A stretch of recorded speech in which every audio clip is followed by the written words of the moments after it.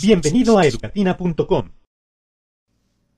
A continuación presentaremos campos conservativos y no conservativos. En física, un campo de fuerzas es conservativo si el trabajo total realizado por el campo sobre una partícula que se desplaza en una trayectoria cerrada es nulo. Es decir, que el trabajo realizado para ir del punto A al punto B, como observamos en la figura, depende solo de A y B.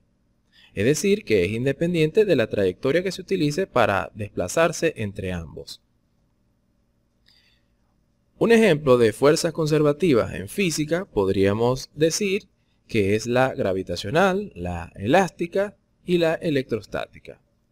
El campo electrostático, el campo gravitatorio en mecánica clásica o las fuerzas intermoleculares en un sólido para pequeños valores de vibración son todos ellos casos de fuerzas conservativas. El campo electrostático y el gravitatorio en mecánica clásica de un cuerpo en reposo y a grandes distancias del mismo tiene la forma aproximada dada por estas ecuaciones, donde UR es un vector unitario dirigido desde la fuente del campo hacia el punto donde se mide el campo.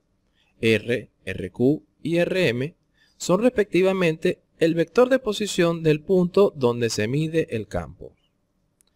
El vector de posición de la carga que crea el campo electrostático y el vector de la posición de la masa que crea el campo gravitatorio, las fuerzas intermoleculares pueden ser escritas por una fuerza de este tipo, donde RI representa el vector de posición de la molécula y las K son constantes elásticas que dependen de la red cristalina del material o de su estructura interna. La energía potencial es la correspondiente al problema de oscilaciones acopladas y viene dado por una forma cuadrática de las coordenadas. Las fuerzas no conservativas son aquellas que el trabajo realizado por las mismas es distinto de cero a lo largo de un camino cerrado.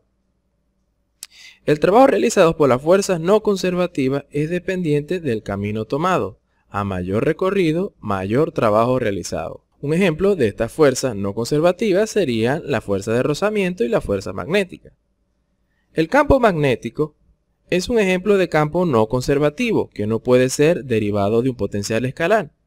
Esto se refleja, por ejemplo, que las líneas de campo magnético son cerradas. Sabiendo esto, consideremos ahora cómo es posible físicamente mantener una corriente eléctrica. Para esto hace falta que exista un campo eléctrico en el circuito tal que su trabajo por unidad de carga a lo largo de una trayectoria cerrada C, que C sería el subíndice de la W, no sea igual a cero. Esta condición no la puede cumplir un campo electrostático que aparece cuando hay una diferencia de potencial entre los extremos de un cable. Esto es porque todo campo electrostático es conservativo, de manera que su trabajo solo depende de los puntos inicial y final. Por lo tanto, a menos que se suministre a un circuito energía que provenga de un campo eléctrico conservativo, no podrá haber una corriente en ese circuito. Los dispositivos que proporcionan esta energía se llaman fuentes de voltaje o generadores eléctricos. En esta figura vemos un esquema de una fuerza electromotriz conectada a un circuito. El campo no conservativo E' proporcionado por la fuente permite el establecimiento de la corriente a lo largo del circuito al ser capaz de llevar las cargas positivas desde el terminal B hasta el terminal A contra el campo conservativo E sub 0. La unidad de fuerza electromotriz es la misma que la de potencial, es decir, voltio, pero no es estrictamente una diferencia de potencial electrostática, pues como ya hemos demostrado, el campo eléctrico que la proporciona no puede ser un campo conservativo. Este campo eléctrico no conservativo está creado por la fuente de fuerza electromotriz que conectemos al circuito. Sí.